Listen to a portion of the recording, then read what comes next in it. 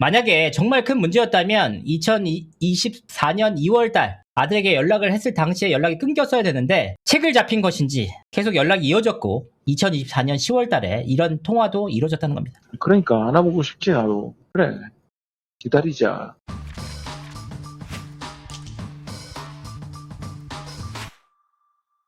오늘도 굉장히 민감한 주제에 대해서 다루기 때문에 굉장히 좀 신중을 기하고 방송을 좀 준비를 했습니다. 개인적으로도 긴장이 되는데, 제가 최근에 취재했던 내용들 가운데 가장 난이도가 높은 케이스였고, 정말 이제 취재한 이후에 두 사람 모두에 대해서 너무나도 이해할 수 없게 됐습니다. 왜 그렇게 말씀드리는지 오늘 방송을 통해서 하나하나 정리해드리도록 하겠습니다. 저한테 제가 이 다뤘다고 뭐라고 하시는 분들이 있는데 굉장히 좀 억울한 내용들이 한 가지 있어요. 뭐냐면 저는 이 사안을 이미 지난 6월 달부터 여성 K씨로부터 제보를 받아서 이 사안을 모두 파악하고 있는 상황이었습니다.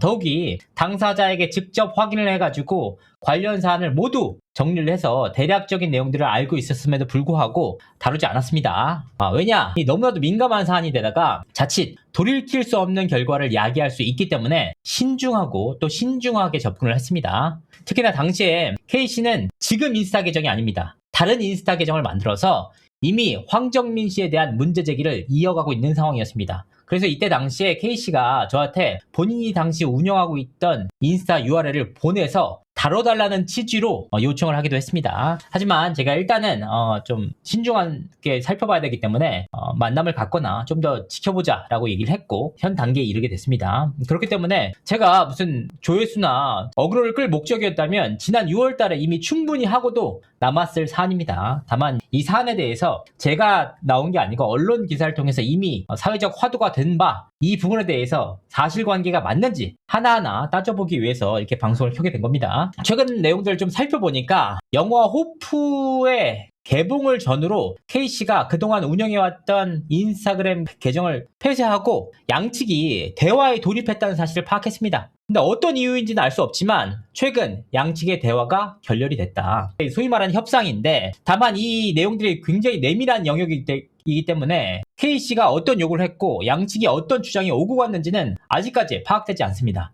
다만 K씨는 양측 간의 대화가 있었다는 사실은 인정했습니다. K씨의 주장은 이렇습니다. 황정민 씨 측이 자료만 가지고 간 뒤 일방적으로 대화를 중단했다. 반면 황정민 씨 측은 우리는 그럴 이유가 없다. 우리는 그냥 철저하게 자신이 있기 때문에 법적으로 끝까지 가겠다는 생각이다. 법적 결과로 보여주겠다. 라면서 굉장히 자신감 있는 태도를 보였습니다.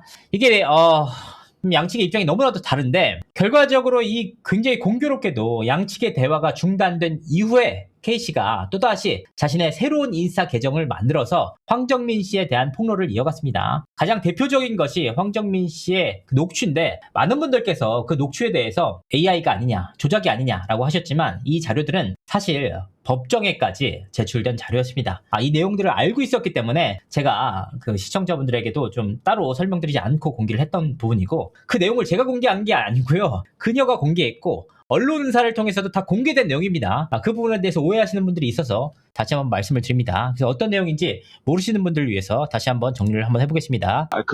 그게 중요한 게 아니라 저기 카톡 대문이 너무 귀여워서 그건 인정해야 돼. 이번에는 되게 짤막하게 크크크 해가지고 너무 딱 근데 너무 귀여운 거야. 그래서 전화하는 거야. 그러니까 이런 게 너랑 나랑 관계인 거 같아라는 생각에서 전화하는 거야. 너무 귀여웠어. 그러니까 안아보고 싶다. 그래, 맞아. 우리가 좋아하면 안아보고 그러니까 안아보고 싶지 나도. 그래, 기다리자. 밖에 나와가지고 얘기하는 거야. 그냥 전화했어. 전화하면 안 돼? 너랑 나랑 통화할 때 오늘이 진짜 세상 처음으로 제일 밝은 이 목소리였어. 내가 먼저 전화했지 언제 전화 안 해? 너무 밝게 네 오빠 이렇게 이쁜 네 오빠 이랬는데 와 이렇게 이쁘게 네 오빠 막 이러는데 와 야 근데 그 전에 어쩜 그렇게 나를 그렇게 구석에 몰아놓고 야 구석에 나를 몰아놓아가지고 뭐가 어쨌느니 저쨌느니 하면서 화를 쏘고 야 아니 아무튼 야 내 오빠 이 목소리 내 오빠라는 오 마이 갓 야 이렇게 이쁘게 통화할 수 있는데 야 그전에는 뭐였어 그러면? 화내지 마시고 알았어요. 일단 제가 파악한 내용으로는 이 내용은 AI가 아닙니다. 일단 양측 모두 AI에 대해서 얘기를 하지 않았고 다만 이 파일 자체가 굉장히 많이 편집되어 있는 것은 분명한 사실입니다. 저는 이 부분에 대해서 황정민 씨 측이 악의적인 편집이 이루어졌다라고 주장하는 부분을 분명하게 파악할 수가 있었습니다. 왜냐하면 해당 여성이 적어도 제가 취재한 내용 일련의 내용들을 보면 이 여성이 황정민 씨를 훨씬 더 좋아했습니다. 정말 감히 상상할 수 없을 정도로 좋아했기 때문에 이 전으로 굉장히 웃음소리 같은 게 그리고 본인의 주장, 본인의 요구사항 등이 모두 잘려 있습니다. 분명한 사실은 황정민 씨가 그런 말을 했다는 것이죠. 결과적으로 이 자료가 굉장히 키포인트가 되면서 언론사 등을 통해서 공개가 됐습니다.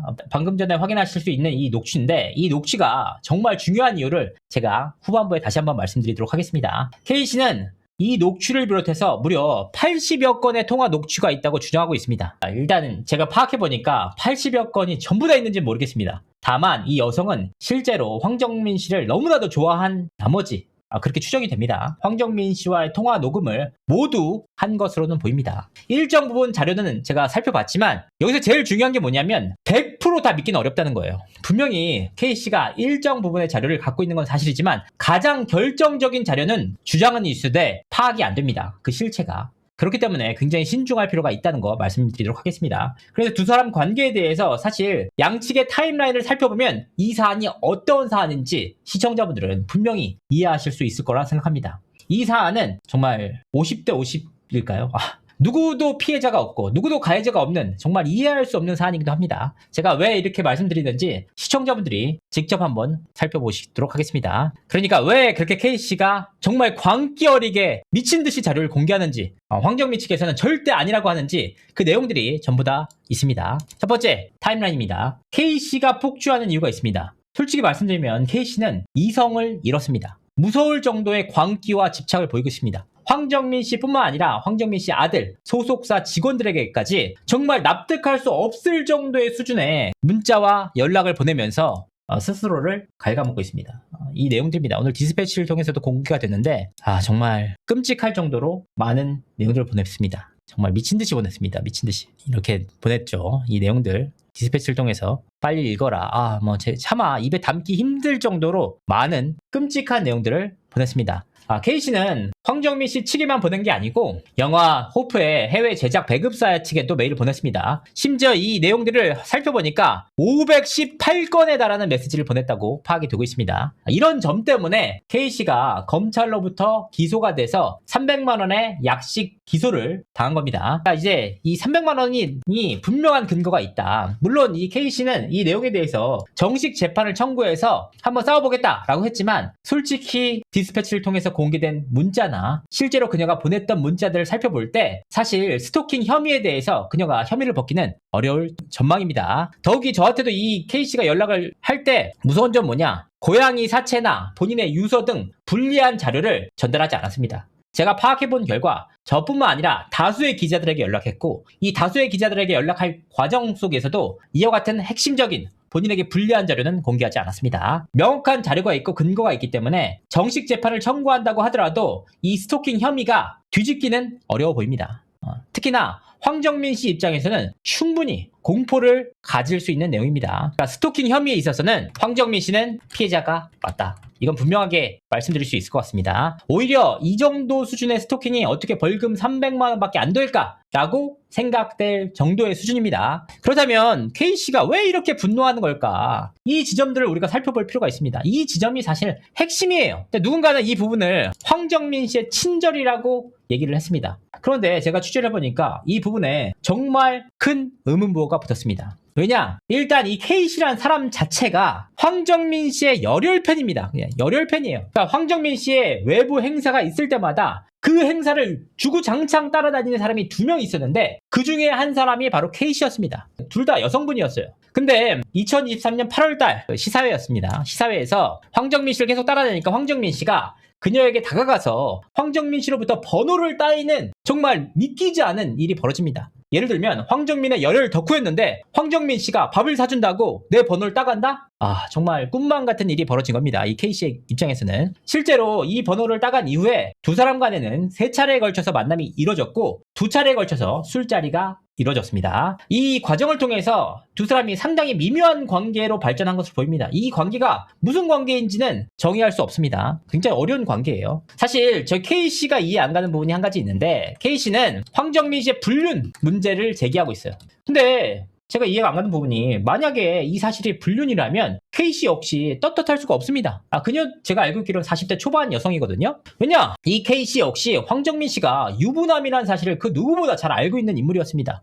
그러니까 이 두 사람 모두가 황정민 씨나 이 여성이 서로에게 보인 태도가 굉장히 딥했어요. 이해할 수 없는 정도의 수준입니다. 지금은 언론사를 통해서 혹은 이 여성이 자신의 인스타를 통해서 폭로하는 내용대로 황정민 씨의 태도만 부각되잖아요. 하지만 실제 내용들을 살펴보면 이 여성이 황정민 씨를 훨씬 더 좋아했고 훨씬 더 집착했고 훨씬 더 올가맸던 것으로 보입니다. 그만큼 심각할 정도로 이 여성은 황정민 씨를 좋아했다. 근데 여기서 의견이 나뉘는 이유가 바로 결정적인 게 스킨십입니다. 이 스킨십이 가장 결정적인 게 잠자리가 없었을 뿐만 아니라 키스나 포옹이나 팔짱 등의 스킨십이 분명하게 없었다. 이 부분은 양측 모두에게 확인을 한 내용입니다. 그러니까 이제 이 부분이 불륜인지 아닌지는 시청자분들이 판단해 주시면 좋을 것 같습니다. 다만 추후 설명을 할 예정입니다만 이 스킨십에 대해서도 K씨의 입장은 조금 달랐습니다. 어찌됐건 이제 황정민 씨와 K씨 여성 간에 총 80여 차례에 달하는 통화가 이어졌고 수많은 카톡 대화가 오고 갔습니다. 카톡, 문자, 전화 이게 굉장히 많이 이루어졌다는 거죠. 이 누군가는 이 내용들을 황정민 씨의 과도한 친절이라고 얘기를 하는데 이 부분에 대해서는 의문부호가 분명히 붙는다. 이 부분에 대해서는 판단은 시청자분들에게 맡기겠습니다. 그런데 이 여성이 진짜 화가 난 또 다른 이유가 있는데 이 여성은 오히려 언론사와 황정민 씨 소속사 간의 유착을 의심하고 있다. 왜냐? 본인이 이 내용에 대해서 제보를 하기 위해서 특정 언론사 몇 곳, 저도 포함입니다. 자료를 전달했는데 이 자료가 어찌된 일인지 황정민 측에 넘어가 있었다라는 겁니다. 이런 사정 때문에 저 역시 오해를 받았습니다.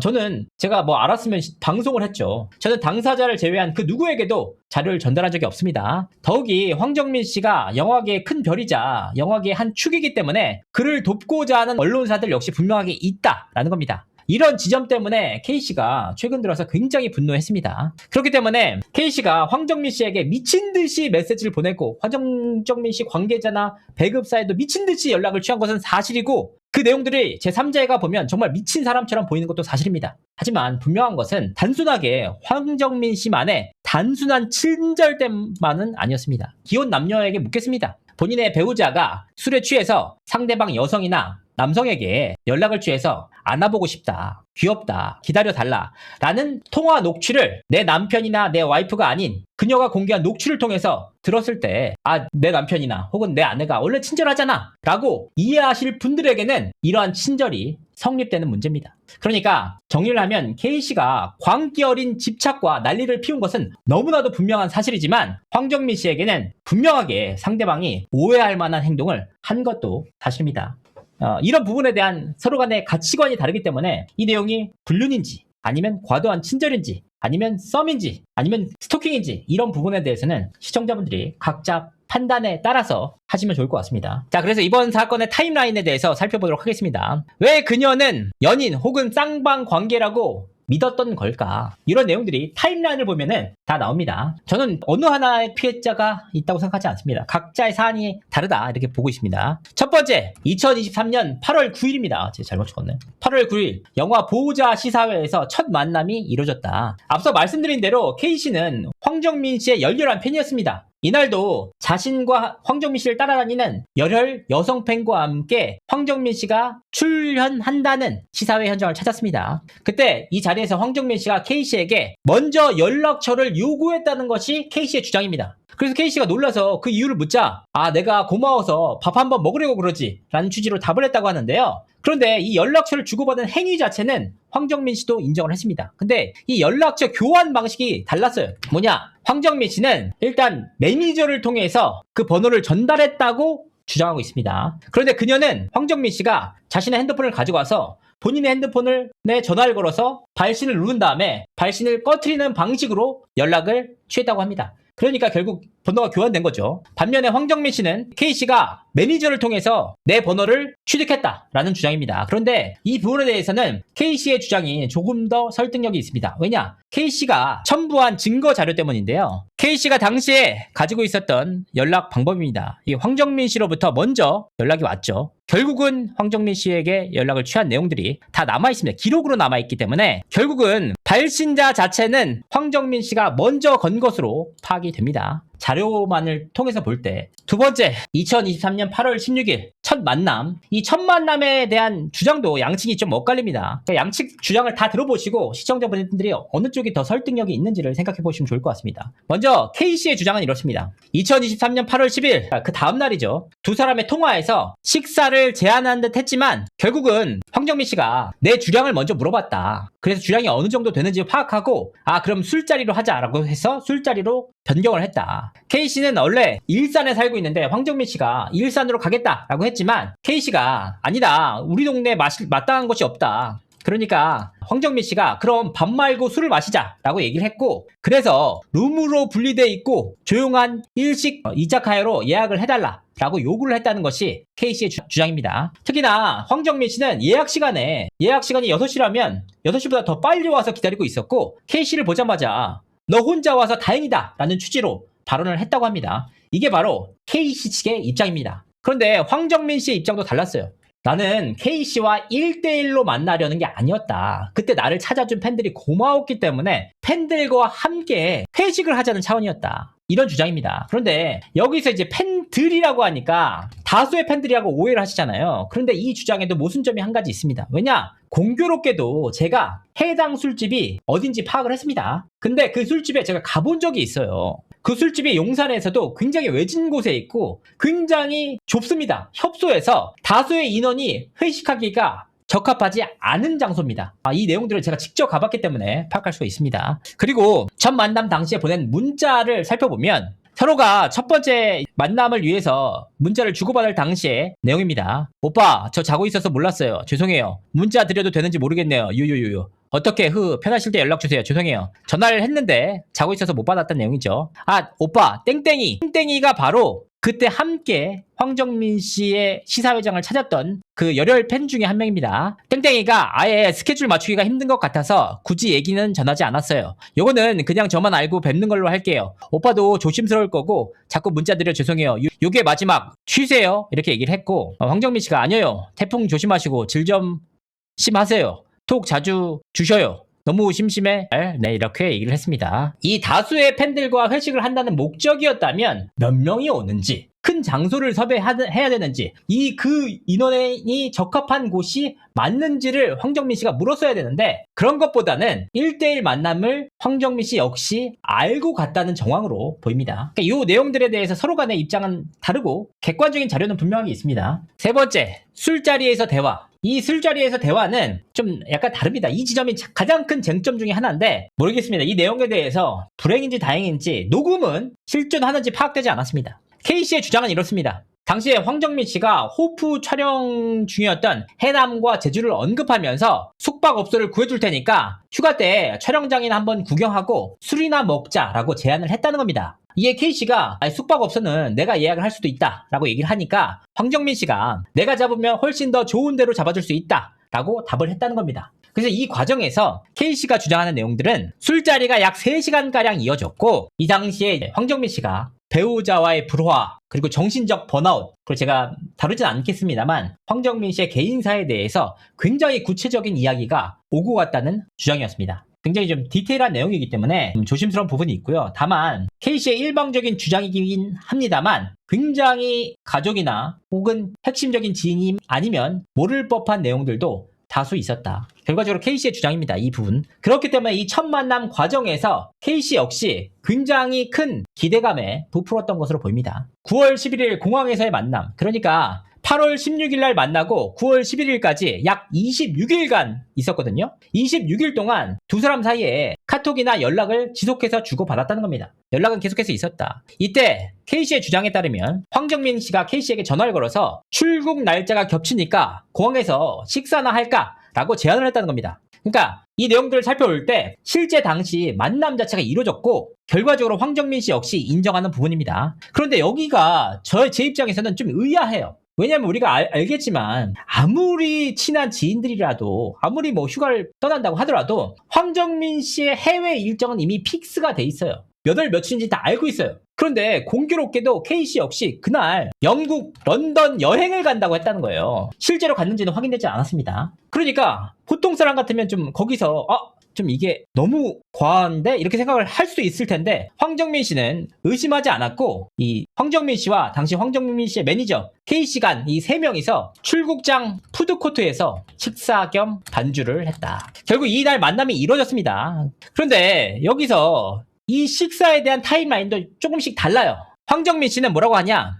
식사를 한 건 사실이지만 40분 만에 식사가 간단하게 종료됐다라는 것이 황정민 씨의 주장입니다. 그런데 반면 K씨 측 입장에서는 아니다. 무슨 소리냐? 그때 우리가 소주 3병을 마셨는데 우리의 식사 자리는 약 2시간가량 이어졌고 3병을 둘이서 마셨다. 그때 매니저인 모 씨도 동석을 했는데 본인의 일 때문에 거의 마시지 않았다. 그렇기 때문에 우리가 두 사람이 거의 3병을 함께 마셨다. 라는 겁니다. 이 자리에서 소위 말하는 소주 브랜딩에 대한 서로의 이야기가 오고 갔다는 겁니다. 당시에 황정민 씨가 소주를 런칭하고 싶다라는 의사를 발표했고 이 여성이 마침 디자이너 일을 하고 있었기 때문에 너 그렇다면 한번 관심이 있느냐? 라고 제안을 했던 것이 이들의 갈등의 시작 중에 하나였습니다. 이 내용들은 후술하겠습니다. 그렇다면 이제 2번까지 만났잖아요. 그렇다면 정말 스킨십은 없었을까? 이 스킨십에 대해서 분명하게 이야기한 건 그거죠. 황정민 씨 측에서는 손을 잡지도 팔짱을 끼지도 않았다. 키스를 하지도 성관계를 갖지도 않았다. 한마디로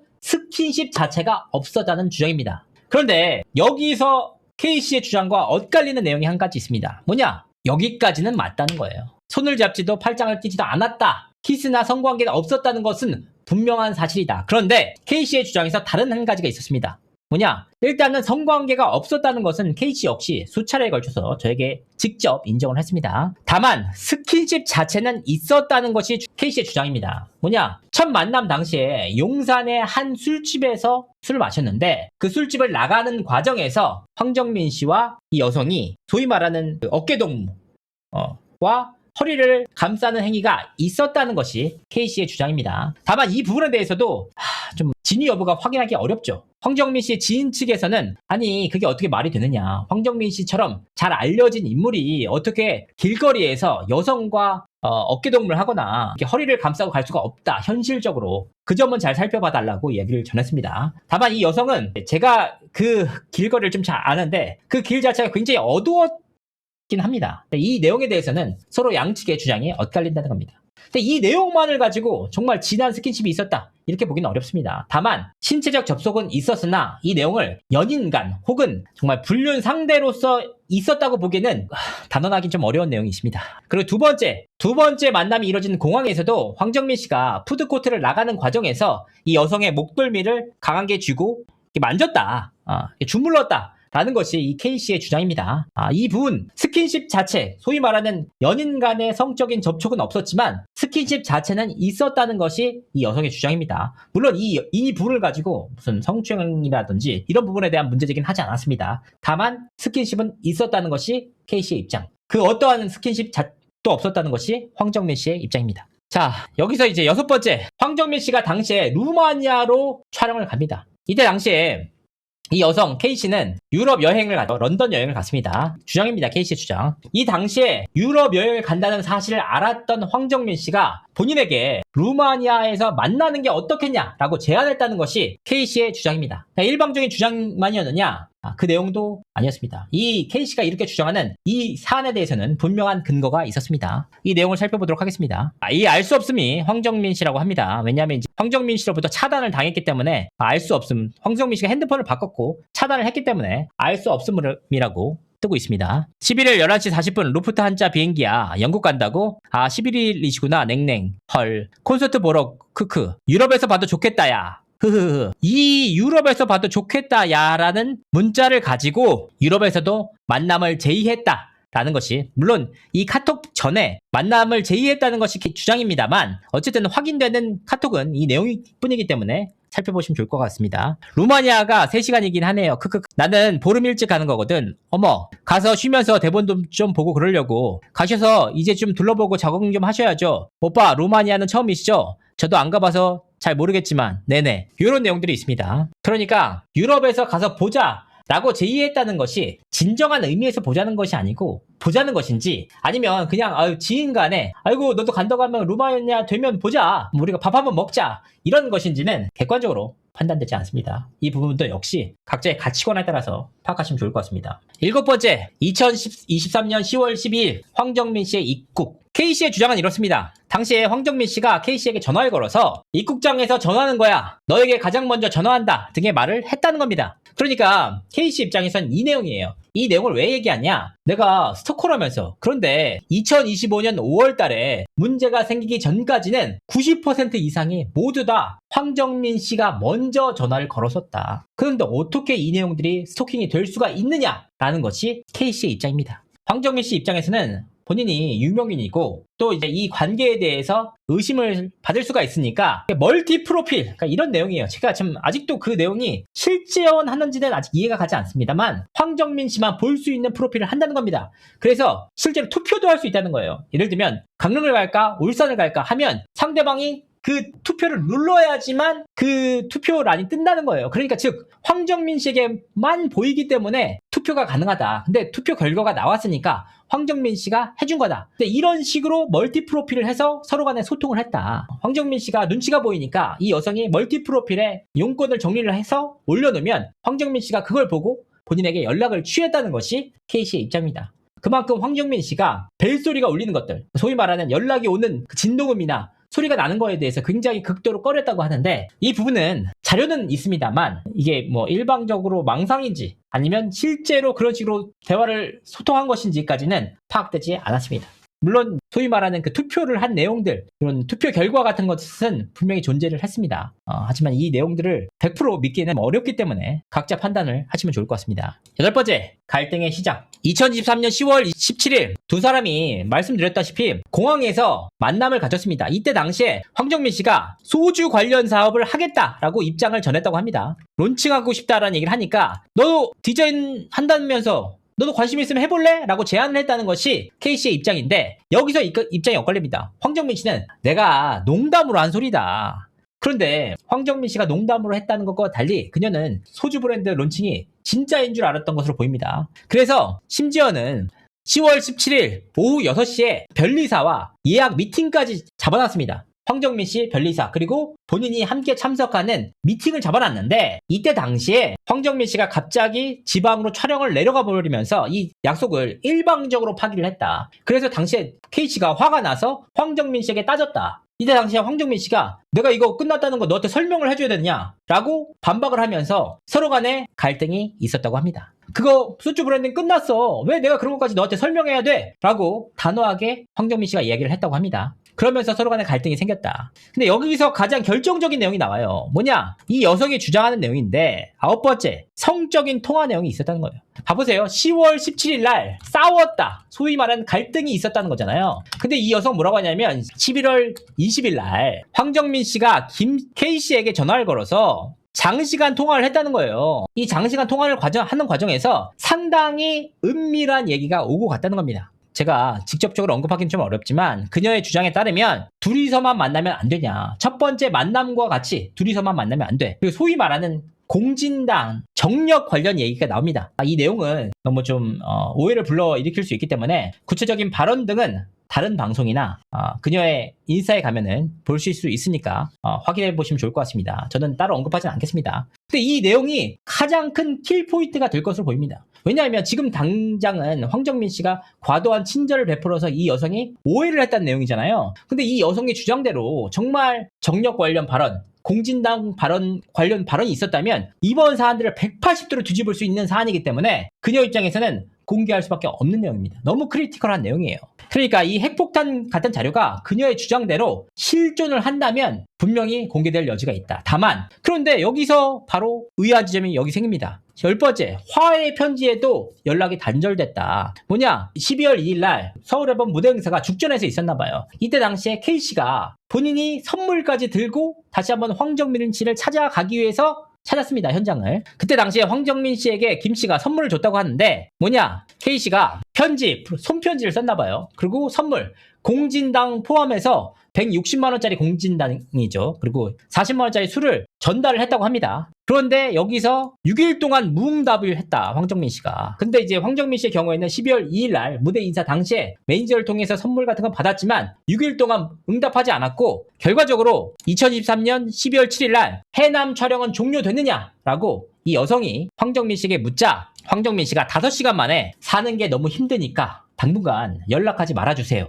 라고 대화를 단절했다는 겁니다. 끝냈죠. 여기까지만 딱 됐어도 저는 황정민 씨의 주장에 훨씬 더 설득력이 있다고 생각합니다. 갑자기 이 친구가 너무 오버해가지고 하니까 놀라고 저는 팬들의 마음으로 충분히 이해할 수 있다고 생각했는데 너무 딥하게 들어오니까 안 되겠다라고 해서 잘라낼 수 있는 것이죠. 여기까지 됐다면 말입니다. 근데 그 일 이후에 벌어진 내용들이 사실 제 입장에서는 가장 이해가 안 됐습니다. 11번 만남이 제기됐다. 뭐냐? 2024년 1월 18일 날 황정민 씨가 전화를 걸었고 수신하지 못해서 재발신을 했다. 그래서 이 과정에서 두 사람은 40분간 통화를 했고 해당 통화에서 황정민 씨의 요청으로 관계를 재개했다는 것이 K씨의 입장입니다. 그러니까 두 사람이 관계가 이어졌다는 거죠. 다시 연락이 이어졌다는 건데 여기서 이제 극적인 상황이 벌어집니다. 뭐냐? 바로 많은 분들이 생각하시는 황정민 아들에게 DM을 보냈다. 심지어 이때 당시에 황정민 씨의 아들이 미성년자였습니다. 그러니까 황정민 씨 측의 입장에서 살펴보도록 하겠습니다.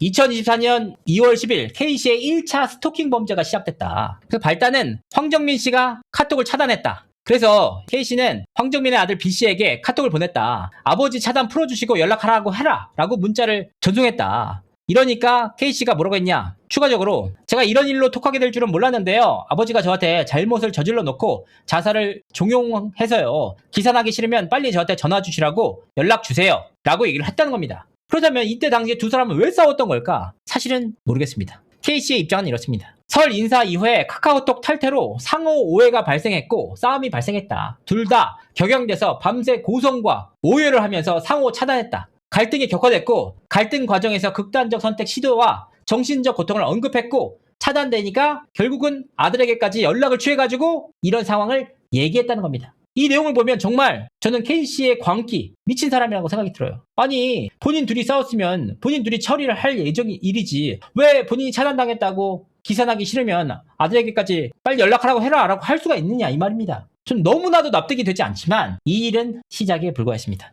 그러니까 뭐 이 갈등이라는 것도 서로 간의 말이나 서로 간의 말싸움이나 이런 부분 사소한 부분이기 때문에 언급하기는 적절치 않은 것 같습니다. 그런데 문제가 뭐냐? 양측이 화해를 했다는 겁니다. 물론 이 지점에 대해서도 양측의 입장이 엇갈립니다. K씨의 입장입니다. 2024년 2월 11일경 오전 8시 황정민 씨가 전화를 먼저 해서 화해를 요청했다. 근데 이게 황정민 씨 입장에서는 그럴 것 같아요. 왜냐? 자기 아들까지 언급되고 자기 아들에게까지 DM을 보냈기 때문에 너무 놀랬고 울며 겨자 먹기로 K씨를 달래기 위해서 어쩔 수 없이 한 연락일 수 있다고 생각합니다. 그래서 이 양측의 입장은 이렇게 엇갈린다는 거 말씀을 드립니다. 자, 근데 문제는 뭐냐? 이 일 이후에도 지속적으로 양측은 카톡 등을 주고받으면서 연락을 취했습니다.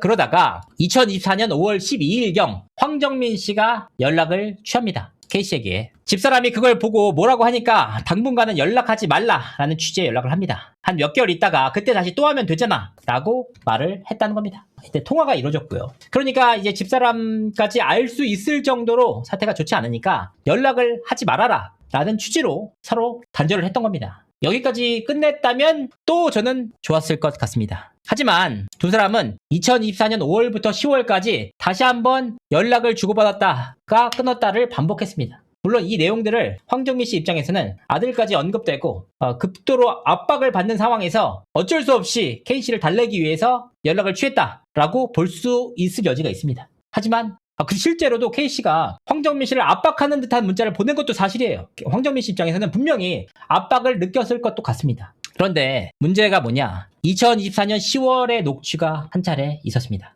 이 녹취 2024년 10월 19일 녹취입니다. 시청자분들이 익숙하신 바로 이 녹취입니다.